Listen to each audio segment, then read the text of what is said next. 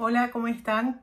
A partir del día de hoy vamos a comenzar, tal como se los prometí, con la lectura de un curso de milagros del libro. Aquí se los muestro. Esta es la versión nueva que incluye los suplementos. Los suplementos es la psicoterapia y el canto de la oración, que también los vamos a leer. Decidí comenzar con el prefacio. Sin embargo, el prefacio tiene tres partes. Una que se llama ¿Cómo se originó?, otra que se llama ¿Qué es?, y otra ¿Qué postula? Tal como dice aquí, dice: este prefacio se escribió en 1977 a modo de respuesta a las muchas solicitudes recibidas para que se incluyera una introducción a un curso de milagros. Las primeras dos partes de este prefacio, ¿Cómo se originó?, y ¿Qué es?, la escribió la misma Helen Schucman. La última parte, ¿Qué postula?, fue escrita mediante el proceso de dictado interno descrito más adelante. ¿Cómo se originó? Tiene que ver ya con el video que subí de la historia de un curso de milagros. Sin embargo, hay una parte aquí que me gusta, como termina, que dice: los nombres de las personas que colaboraron en la transcripción del curso no se mencionan en la portada de los libros porque el curso de milagro puede y debe descansar sobre sus propios méritos. Su objetivo no es sentar las bases para otro culto. Su único propósito es ofrecer un camino para que algunas personas puedan encontrar su propio maestro interno. ¿Qué es? Esto sí es interesante leerlo para las personas que no están, no han conocido un curso de milagros, ¿ok? Así que bueno, lo voy a leer. Como el propio título lo indica, el curso está organizado de principio a fin como un recurso de enseñanza. Se compone de 3 libros: el texto, que tiene 766 páginas, el libro de ejercicio con 523 y el manual para el maestro, que consta de 102. El orden que el estudiante debe seguir al usar los libros y la manera de estudiarlos depende en cada caso de sus necesidades y preferencias personales. El programa de estudios que el curso propone se planeó meticulosamente y se explica paso a paso, tanto en el orden práctico como en el teórico. El curso pone más énfasis en la aplicación práctica que en la teoría, y más en la experiencia que en la teología. Señala específicamente que una teología universal es imposible, mientras que una experiencia universal no solo es posible, sino necesaria. Eso lo pone en la introducción de la clarificación de términos. Aunque su enfoque es cristiano, el curso aborda temas espirituales de carácter universal. Subraya que no es más que uno de las muchas versiones del programa de estudios universal y que difiere de las demás solo en su forma. En última instancia, todas conducen a Dios. El texto es fundamentalmente teórico y expone los conceptos en los que se basa el sistema de pensamiento del curso. Sus ideas contienen los cimientos de las lecciones del libro de ejercicios. Sin la aplicación práctica que el libro de ejercicios provee, el texto quedaría reducido en su mayor parte a una serie de abstracciones que no tendrían la fuerza necesaria para producir el cambio de mentalidad que es la meta del curso. Es decir, es importante leer el libro de texto, pero realmente donde viene la integración y donde viene el cambio de percepción, el reconocimiento de quién somos y dónde estamos, es una experiencia, no una teología. Por eso es que cuando leemos el libro de texto y no hacemos el libro de ejercicios, que son 365 ejercicios, uno para cada día del año, no se integra, se va olvidando, como todos los libros que uno va leyendo por ahí. Dice: el libro de ejercicios consta de 365 lecciones, una para cada día del año. No es necesario, sin embargo, hacer las lecciones siguiendo ese ritmo. Se puede, si se desea, dedicar más de un día a una lección determinada. Esta es una pregunta que me hacen mucho. Oye, que hay una lección que es muy larga, que la quiero seguir leyendo, ¿tengo que pasar obligatoriamente a la siguiente? No, tú puedes estar en una misma lección todos los días que tú quieras. Eso sí, no hagas más de 2 lecciones al día. Cuando empiezas a hacer las lecciones te das cuenta. ¿Por qué? Porque realmente te enfocas en ella, la integras, haces los ejercicios. Entonces es importante que se haga una por una. Y puedes estar todos los días que quieras en la misma. Las instrucciones solo recomiendan que no se intente hacer más de una lección por día. El carácter práctico del libro de ejercicios queda subrayado en su propia introducción, donde se da más valor a la experiencia lograda con la práctica que a cualquier compromiso previo de carácter espiritual. Entonces dice, algunas de las ideas que el libro de ejercicios presenta te resultarán difíciles de creer, mientras que otras tal vez te parezcan muy sorprendentes. Nada de eso importa. Se te pide simplemente que la apliques tal como se te indique. No se te pide que la juzgues. Esto es bien interesante porque, sobre todo en las primeras, cuando se empiezan a hacer, las personas dicen, pero ¿cómo voy a decir que este pensamiento no significa nada? ¿Cómo voy a decir que esta cosa no significa nada, que esto que veo que no significa nada? Tiene mucha resistencia. Aquí simplemente dice, hazlas, no las juzgues, no las evalúes. Se te pide únicamente que las uses. Es usándolas como cobrarán sentido para ti y lo que demostrará que son verdad. Recuerda solamente esto, no tienes que creer en las ideas, no tienes que aceptarlas y ni siquiera tienes que recibirlas con agrado. Puede que hasta te opongas vehementemente a alguna de ellas. Nada de eso importa, ni disminuye su eficacia. Todo esto lo dice en la introducción del libro de ejercicios. Pero no hagas excepciones al aplicar las ideas expuestas en el libro de ejercicios. Sean cuales sean tus reacciones hacia ellas, úsalas. No se requiere nada más. Bueno, y aquí dice que es del libro de ejercicios. Finalmente, el manual para el maestro, escrito en forma de preguntas y respuestas, contesta algunas de las preguntas que con mayor probabilidad puedan hacer los estudiantes del curso. Incluye asimismo aclaratorias de algunos de los términos que el curso utiliza y los explica dentro del marco teórico del texto. El curso no afirma ser de por sí el final del aprendizaje, ni es el propósito de las lecciones del libro de ejercicios llevar a término el aprendizaje del estudiante. Al final se deja al lector en manos de su propio maestro interno, quien dirigirá el resto del aprendizaje a su criterio. Si bien el alcance del curso es muy amplio, la verdad no puede limitarse a ninguna forma finita, como se indica claramente en el párrafo con el que finaliza el libro de ejercicios. Es bien interesante que sepan, cuando estén leyendo el libro de texto, aunque yo se lo voy a leer, que cuando, por ejemplo, aquí dice de su criterio, cuando pone esa S en mayúscula, se refiere al Cristo, a esa mente que nosotros compartimos con Dios. Utiliza términos cristianos, pero con otro propósito, les da otro significado, que ya hablaremos de ello en la clarificación de términos. Este curso es un comienzo, no un final. Así finaliza el libro de ejercicios. Este curso es un comienzo, no un final. Ya no se asignarán más lecciones específicas, pues ya no son necesarias. En esto hace días dos personas, además me pareció muy curioso porque fue el mismo día, las dos personas me hicieron la misma pregunta y nunca me la habían hecho. Y me decían, mira, hay un curso que se llama Curso de Amor y me dicen que es la continuación de un curso de milagros. No, un curso de amor no es la continuación de un curso de milagros. Un curso de milagros termina con un curso de milagros. Después salió el canto de la oración y lo de la psicoterapia, pero no, el curso de amor no tiene nada que ver con un curso de milagros. De hecho, cuando vemos la introducción de un curso de milagros, nos los dice. No nos habla de ese curso, simplemente nos dice que el amor está más allá de lo que se puede aprender, de lo que se puede enseñar. El amor se experimenta y lo único que hay es que eliminar los obstáculos que nos impiden vivir esa experiencia. Pero ya vamos a ir a la introducción. Este curso es un comienzo, no un final. Ya no se asignarán más lecciones específicas, pues ya no son necesarias.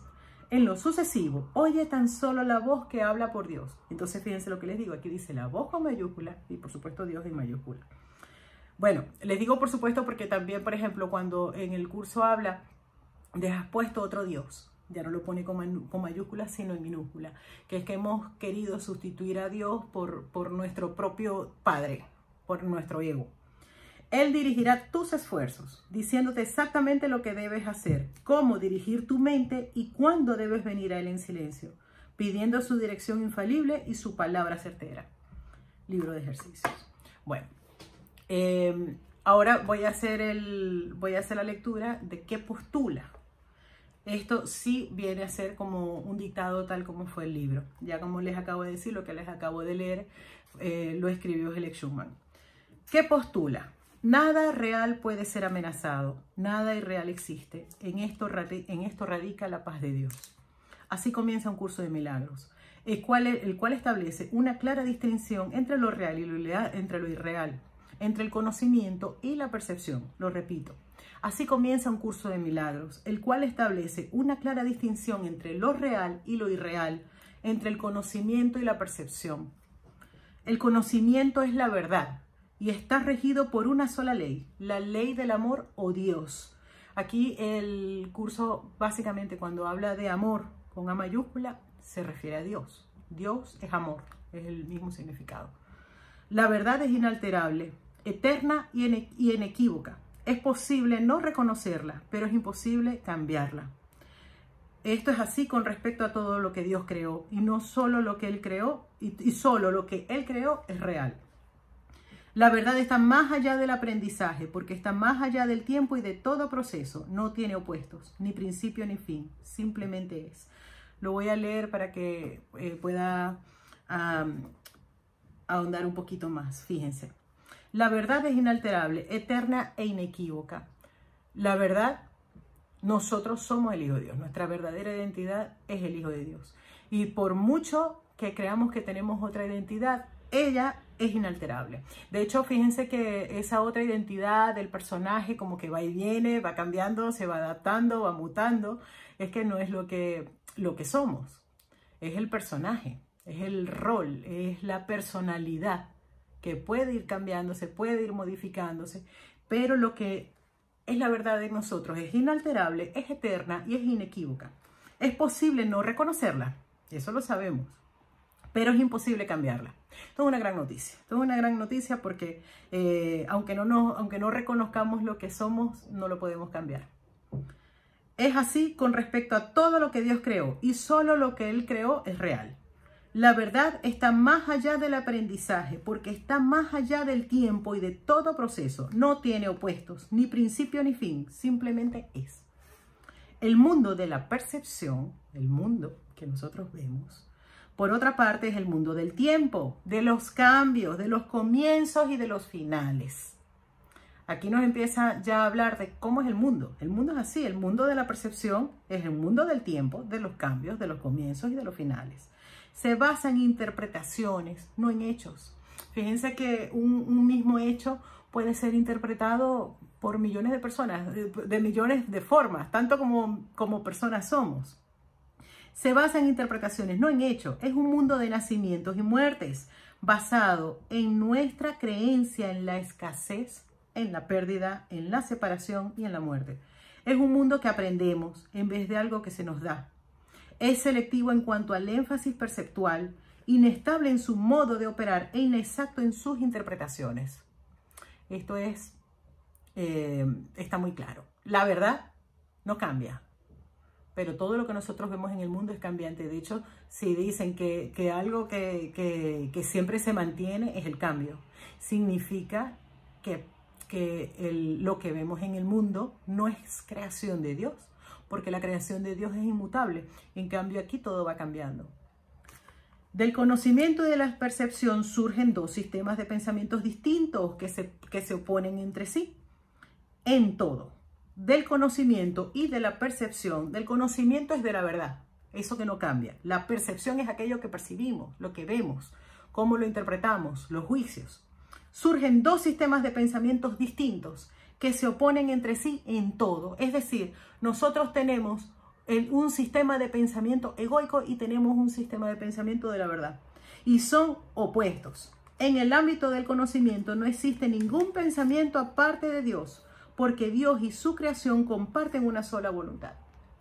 Nosotros tenemos un sistema de pensamiento que compartimos los pensamientos con Dios, porque compartimos una misma voluntad. El mundo de la percepción, por otra parte, se basa en la creencia en opuestos, en voluntades separadas, en el perpetuo conflicto que existe entre ellas y Dios. Lo que la percepción ve y oye parece real, porque solo admite en la conciencia aquello que concuerda con los deseos del perceptor. Fíjense, ya aquí nos empieza a lanzar cosas básicas del curso que según lo vamos leyendo y vamos haciendo las lecciones y vamos estudiándolo, va integrándose y nos vamos dando cuenta que es verdad. Que nos dice, lo que la percepción ve y oye parece real, indiscutiblemente. A ver, tengo aquí un bolígrafo, esto parece muy real, ¿no? Parece real porque solo admite en la conciencia aquello que concuerda con los deseos del perceptor. De alguna forma yo quise tener aquí un bolígrafo, entonces yo estoy viendo aquí un bolígrafo. Esto da lugar a un mundo de ilusiones, mundo que es necesario defender sin descanso, precisamente porque no es real. Todo lo verdadero no necesita defensa. De hecho, es muy bonito el saber que Dios no necesita defensa. Nuestra verdadera identidad no necesita defensa. Todo lo que nosotros vamos defendiendo es de la percepción. Una vez que alguien queda atrapado en el mundo de la percepción, queda atrapado en un sueño.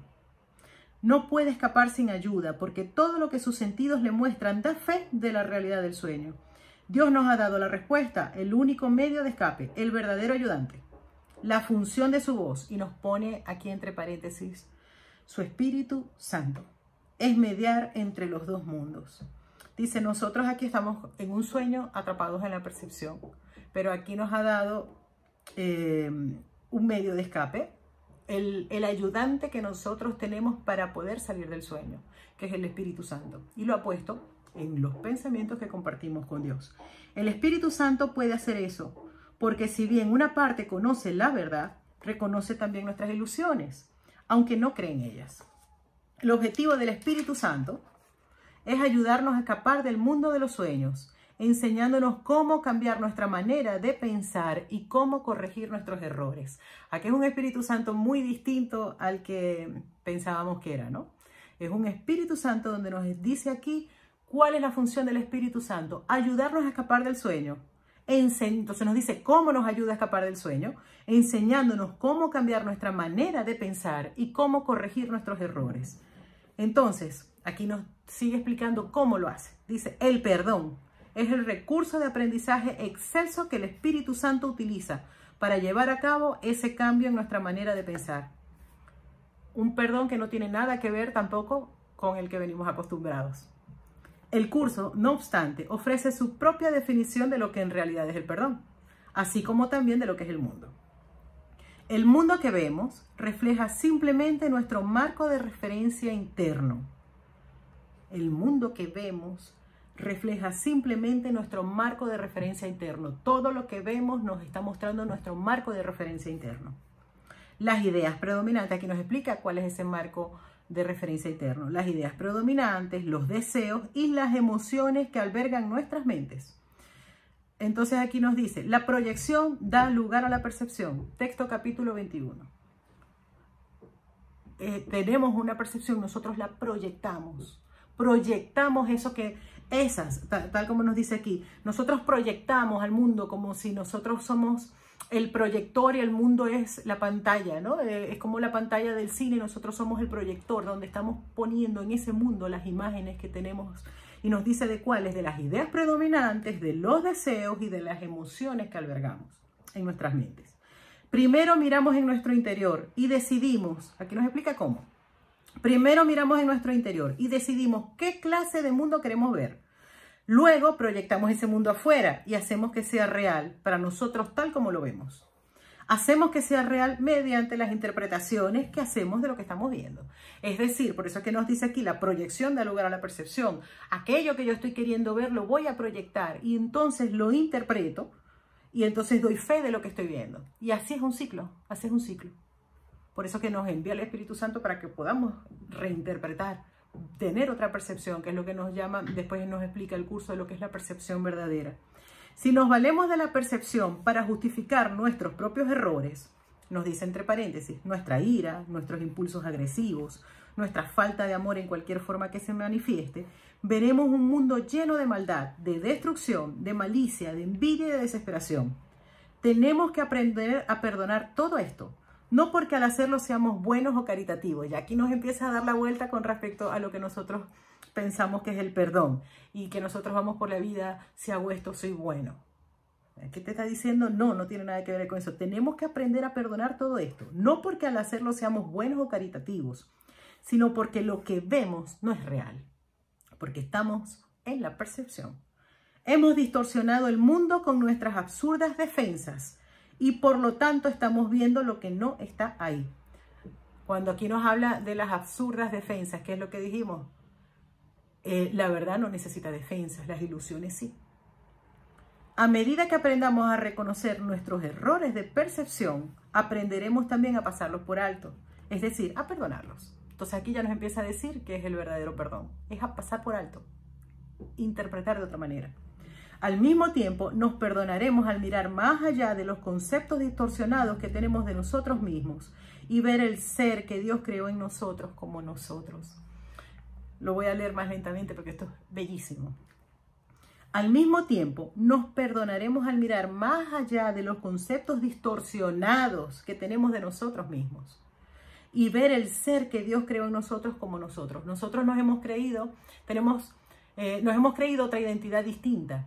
Nosotros aquí nos dice, el ser que Dios creó es nosotros. Pero nosotros nos creemos que somos el personaje, nosotros somos que creemos a esa persona iracunda, esa persona que es gentil. Bueno, lo podemos disfrazar de mil formas el personaje, que va y viene, y nos vamos identificando con él. Entonces aquí este curso nos va llevando a ver nuestra verdadera identidad. El pecado se define como una falta de amor. Texto capítulo 1, subcapítulo 4.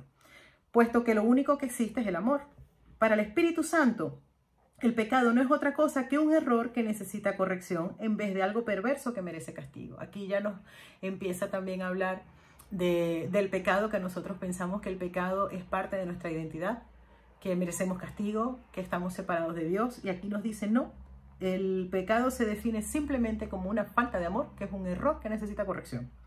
Nuestra sensación de ser inadecuados, débiles y de estar incompletos procede del gran valor que le hemos otorgado al principio de la escasez, el cual rige el mundo de las ilusiones. Aquí se nos desbarata lo que nosotros pensamos, que el mundo es un sitio hermoso y los que estamos equivocados somos nosotros. No, aquí nos dice, no, mientras tú estés aquí en el mundo, tienes la percepción errónea, y no solamente eso, sino que sepas que este mundo lo sostiene un principio de escasez, el cual rige este mundo. Entonces dice y de allí es que si no ponemos nuestra mente a la corrección, nos vamos a sentir inadecuados, nos vamos a sentir débiles y la sensación de estar incompletos. No, pero es que yo tengo una autoestima muy alta y entonces yo no tengo... No. Cuando tú sientes que tienes una autoestima muy alta, realmente hay una comparación y estás haciendo real que hayan otros que la tienen baja. Por lo tanto,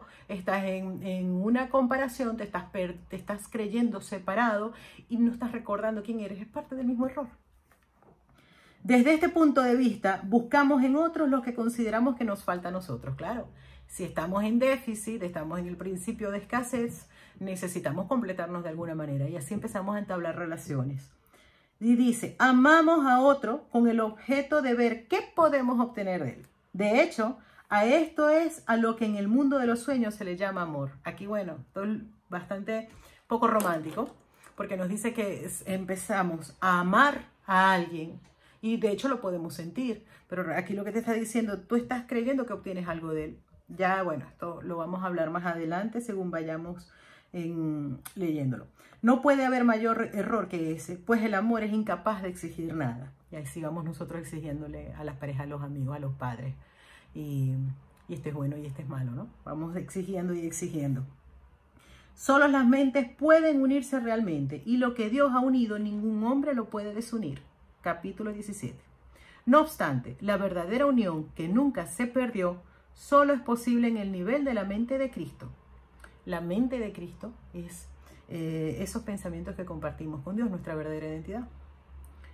Dice, el pequeño yo, o sea, es esa otra identidad que creemos que somos, el pequeño yo procura engendrarse obteniendo del mundo externo aceptación, posesiones y amor. Está en déficit, tal como nos dice, estamos en el principio de la escasez, entonces buscamos engrandecer esa pequeñez que nos hemos creído, tomando cosas del mundo exterior, aceptación, posesiones y amor. Fíjense, una de las grandes características que tenemos aquí desde el ego es una necesidad muy grande de aceptación y un miedo terrible al ridículo, a las críticas, a que nos juzguen.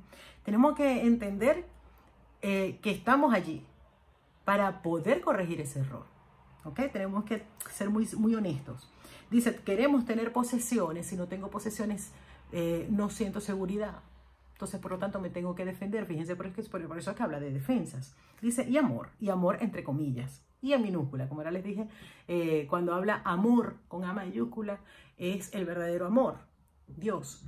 Pero entonces aquí nos pone y amor en minúscula. El ser que Dios creó no necesita nada.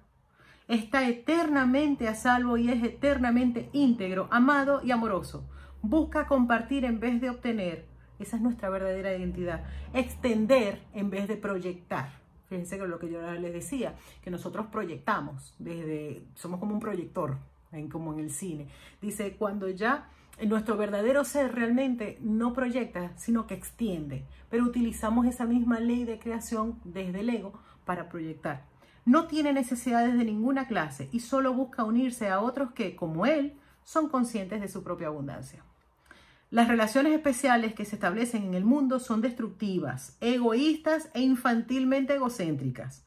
Mas si se le entregan al Espíritu Santo, pueden convertirse en lo más sagrado de la tierra. 2 puntos. En los milagros que señalan el camino de retorno al cielo. El cielo, fíjense, el curso cuando nos habla del cielo, no nos habla de un sitio, sino ese Cristo, esa mente recta, nuestra verdadera identidad, ahí está el cielo. Entonces dice, claro, para retornar al cielo, para que tú recuerdes lo que eres y dónde estás realmente, porque esto es un sueño tal como nos dice, necesitas utilizar esas mismas relaciones especiales que comenzaste para tapar ese hueco que tú crees que te falta, porque estás en el principio de la escasez, que es el que rige el mundo, piensas que lo vas a tapar por medio de esa relación. Y entonces dice, ¿qué pasa? Esa misma relación se le entrega al Espíritu Santo y entonces por medio de esa relación le va a dar otro propósito para regresar al cielo, para que ya no, por medio de allí, va a hacer el Espíritu Santo todo lo que tiene que hacer para modificarlo. El mundo utiliza las relaciones especiales como el último recurso en favor de la exclusión y como una prueba de la realidad de la separación. Ahí vamos excluyendo a todo el mundo, ¿no? Este es tóxico. Uy, que yo creo que estaría mejor con otro, yo estaría mejor con otra. Esta amiga ya no me cae bien, mira lo que hizo mira lo que hizo aquella, mira que hasta mis padres, qué mala suerte tuve escogiendo a mis padres y ahí vamos. Entonces vamos excluyendo, vámonos separándonos. El Espíritu Santo las transforma en perfectas lecciones de perdón y las utiliza como un medio para despertarnos del sueño. Cada una representa una oportunidad de sanar nuestras percepciones y de corregir nuestros errores. Cada una es una nueva oportunidad de perdonarnos a nosotros mismos, perdonando a otros. Y cada una viene a ser una invitación más al Espíritu Santo y al recuerdo de Dios. Bellísimo. La percepción es una función del cuerpo y por lo tanto supone una limitación de la conciencia. O percibimos o conocemos. La percepción ve a través de los ojos del cuerpo y oye a través de sus oídos. Produce las limitadas reacciones que éste tiene. El cuerpo aparenta ser, en gran medida, automotivado e independiente, mas en realidad solo responde a las intenciones de la mente. Me voy a detener aquí un poquito. El cuerpo aparenta ser, en gran medida, automotivado e independiente, mas en realidad solo responde a las intenciones de la mente. Me enfermé. Me salió un cáncer, ahora tengo un dolor de cabeza y me vino una ansiedad. O sea, pensamos que el cuerpo es automotivado e independiente. Y aquí nos explica, más en realidad solo responde a las intenciones de la mente. Si la mente lo utiliza para atacar, sea de la forma que sea, el cuerpo se convierte en la víctima de la enfermedad, la vejez y la decrepitud. Es decir, nos enfermamos cada vez que atacamos, nos ponemos viejitos, y la decrepitud. Si la mente, en cambio, acepta el propósito del Espíritu Santo, aquí fíjense que nos plantea todo como es, pero nos da la otra opción. Por eso es cambiar completamente el sistema de pensamiento. Yo no cambio de curso, esto es una maravilla. Si la mente, en cambio, acepta el propósito del Espíritu Santo, el cuerpo se convierte en un medio eficaz de comunicación con otros. Es decir, el cuerpo lo hicimos para hacer real que estamos separados de los demás, para atacar, para comparar, para creer que otros cuerpos nos completan. Entonces dice, ¿pero qué pasa? Cuando le das, si la mente en cambio acepta el propósito del Espíritu Santo, la mente que nosotros tenemos que decidir, si nosotros decidimos poner nuestra mente y que sea el propósito del Espíritu Santo el que la dirija, el cuerpo simplemente se descartará cuando deja de ser necesario. Pero fíjense, dice, de por sí el cuerpo es neutro, como lo es todo en el mundo de la percepción. El cuerpo es una fabricación. El cuerpo es neutro, el cuerpo no decide, el cuerpo no es independiente, el cuerpo obedece a la mente que lo lleva. Utilizarlo para los objetivos del ego o para los del Espíritu Santo depende enteramente de lo que la mente elija. Nosotros somos el que tomamos la decisión de para qué vamos a utilizar nuestro cuerpo. Se hizo para creernos separados, para creernos independientes, pero lo podemos utilizar para unir. Por eso dice, cuando le ponemos al cuerpo, cuando la mente decide poner el cuerpo al propósito del Espíritu Santo, el cuerpo se convierte en un medio eficaz de comunicación con otros. Y nos dice entre paréntesis, invulnerable mientras se le necesite. Invulnerable, no le tendría que pasar nada al cuerpo. Lo opuesto a ver con los ojos del cuerpo es la visión de Cristo, la cual refleja fortaleza en vez de debilidad, unidad en vez de separación y amor en vez de miedo. Lo opuesto a oír con los oídos del cuerpo es la comunicación a través de la voz que habla en favor de Dios, el Espíritu Santo, quien mora en cada uno de nosotros. Su voz nos parece distante y difícil de oír porque el ego, que habla en favor del yo falso y separado, parece hablar a voz en grito. Sin embargo, es todo lo contrario. Fíjense, si nosotros nos ponemos a ver nuestra mente, la que habla por descarte siempre es el ego. Cuando no nos damos cuenta, ¿no? Y nos dice, y habla a gritos, el ego es gritón. Sin embargo, es todo lo contrario. El Espíritu Santo habla con una claridad inequívoca y ejerce una atracción irresistible. Nadie puede ser sorda a sus mensajes de liberación y de esperanza, a no ser que elija identificarse con el cuerpo. Y nadie puede dejar de aceptar jubilosamente la visión de Cristo a cambio de la miserable imagen que tiene de sí mismo. La visión de Cristo, ahora nos habla de aquí, que es la visión de Cristo. La visión de Cristo es el don del Espíritu Santo. La alternativa que Dios nos ha dado contra la ilusión de la separación y la creencia en la realidad del pecado, de la culpabilidad y de la muerte. Es la única corrección para todos los errores de percepción. La reconciliación de los aparentes, de los aparentes opuestos en los que se basa este mundo. Su benévola luz muestra todas las cosas desde otro punto de vista, reflejando el sistema de pensamiento que resulta del conocimiento y haciendo que el retorno a Dios no solo sea posible, sino inevitable. Fíjense, si nosotros estamos percibiendo constantemente, si nosotros decidimos que sea el Espíritu Santo el que utilice nuestra percepción, vamos a ver las mismas cosas que vemos, pero con la visión de Cristo. Es decir, con una interpretación distinta. En vez de ver justificaciones para atacar o para defendernos, nos vamos a dar cuenta que el otro simplemente soy yo. Porque yo lo proyecté. Yo proyecté ese personaje. Yo proyecté esa situación. Y entonces de la visión de Cristo lo empiezo a ver todo perdonado. Empiezo a tener lo que dice el curso, la percepción verdadera.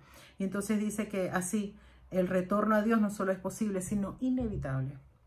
Lo que antes se consideraba, fíjense lo que les estaba explicando, lo que antes se consideraba una injusticia que alguien cometió contra otro, se convierte ahora en una petición de ayuda y de unión.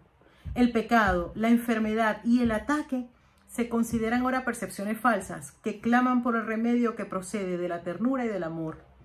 Las defensas se abandonan porque donde no hay ataque no hay necesidad de ellas. Las necesidades de nuestros hermanos se vuelven las nuestras porque son nuestros compañeros en la jornada de regreso a Dios. Sin nosotros, ellos perderían el rumbo. Sin ellos, nosotros jamás podríamos encontrar el nuestro. Repito. Y así creemos nosotros que el camino a Dios es tóxico, lo quito del medio. El perdón es algo desconocido en el cielo, donde es inconcebible que se pueda necesitar. Aquí nos habla de algo bien interesante, de que claro, en el cielo, que en nuestra mente recta, no es necesario el perdón. Donde estamos, que es nuestra verdadera identidad, no es necesario el perdón. El perdón, por lo tanto, es también una ilusión. O sea, aquí todo, estamos en un sueño y todo es una ilusión. El perdón también es una ilusión. Entonces nos dice, en este mundo, no obstante, el perdón es una corrección necesaria para todos los errores que hemos cometido. Perdonar a otros es la única manera en que nosotros mismos podemos ser perdonados, ya que refleja la ley celestial según la cual dar es lo mismo que recibir. El curso nos habla muchísimo de la ley de dar y recibir, que es maravillosa. Y dice, fíjense que tiene tanta importancia que dice, ya que refleja la ley celestial según la cual dar es lo mismo que recibir. El cielo es el estado natural de todos los hijos de Dios. Es el estado natural, no es un sitio, tal como Él los creó. Esa es su realidad eternamente, la cual no ha cambiado porque nos hayamos olvidado de ella. ¿Qué nos vuelve a decir? Se nos olvida de que esa es nuestra verdadera identidad, que es donde estamos, pero no ha cambiado aunque no la recordemos. Entonces nos habla otra vez del perdón. Dice, el perdón es el medio que nos permitirá recordar. Mediante el perdón cambiamos la manera de pensar del mundo. El mundo perdonado se convierte en el umbral del cielo, porque mediante su misericordia podemos finalmente perdonarnos a nosotros mismos. Al no mantener a nadie prisionero de la culpa, nos liberamos. Al reconocer a Cristo en todos nuestros hermanos, reconocemos su presencia en nosotros mismos. Al olvidar todas nuestras percepciones erróneas y al no permitir que nada del pasado nos detenga, podemos recordar a Dios. Lo repito. Al olvidar todas nuestras percepciones erróneas y al no permitir que nada del pasado nos detenga, podemos recordar a Dios. Esto es bien interesante porque en este sistema de pensamiento del ego, dividido, separado, lo que hace es sostener el pasado constantemente. Y así repite el pasado en el presente y lo asegura en el futuro. Porque de hecho, fíjense, si nosotros tenemos estas ideas que las hemos sostenido, que las hemos aprendido, que las hemos hecho reales para nosotros, entonces, si nosotros no ponemos la mente a que haya una corrección de esas ideas ilusorias y nosotros lo que hacemos es proyectar, y nosotros cuando proyectamos, vemos lo que hemos proyectado mediante la percepción y lo afirmamos. Y entonces, como les dije, estamos en un ciclo. Entonces, realmente ese ciclo, ¿qué es? El pasado. Tal como nos dice una de las lecciones, solo veo el pasado. Si no ponemos nuestra mente a disposición, solo vemos el pasado y se nos va a ir repitiendo. No, yo no veo el pasado. Sí, de hecho, si terminas con una pareja y tú dices, bueno, el próximo ahora va a ser así, va a ser, ¿sobre qué tú estás estipulando? ¿Sobre qué tú estás juzgando? ¿Cómo tiene que ser el próximo? Sobre el pasado. Por lo tanto, lo que está atrás es la emoción del pasado. Entonces, no importa cómo venga esa persona, tú vas a sentir una emoción parecida porque estás decidiendo por medio del pasado. Bueno, ya les digo, esto es una maravilla. Quédense aquí. Dice, el aprendizaje no nos puede llevar más allá de eso. Cuando estemos listos, Dios mismo dará el último paso que nos conducirá de regreso al cielo. Al olvidar, fíjense, al olvidar todas nuestras percepciones erróneas y al no permitir que nada del pasado nos detenga, podemos recordar a Dios. El aprendizaje no nos puede llevar más allá de eso. Cuando estemos listos, Dios mismo dará el último paso que nos conducirá de regreso a Él. El aprendizaje no nos puede llevar más allá de eso. Esto es un curso de milagro. Este es un curso que hay que aprenderlo. Bueno, mañana continuamos. Bendiciones. Mañana continuamos con clarificación de términos. Yo voy a empezar con el manual para el maestro, pero bueno, clarificación de términos es bien cortico. Son 6 términos, creo, si mal no recuerdo, son 6. Así que bueno, vamos a empezar con la clarificación de términos para que quede todo bien clarificado para cuando vayamos para el manual para el maestro. Bueno, bendiciones, milagros y ya saben, quédense por aquí que les va a encantar.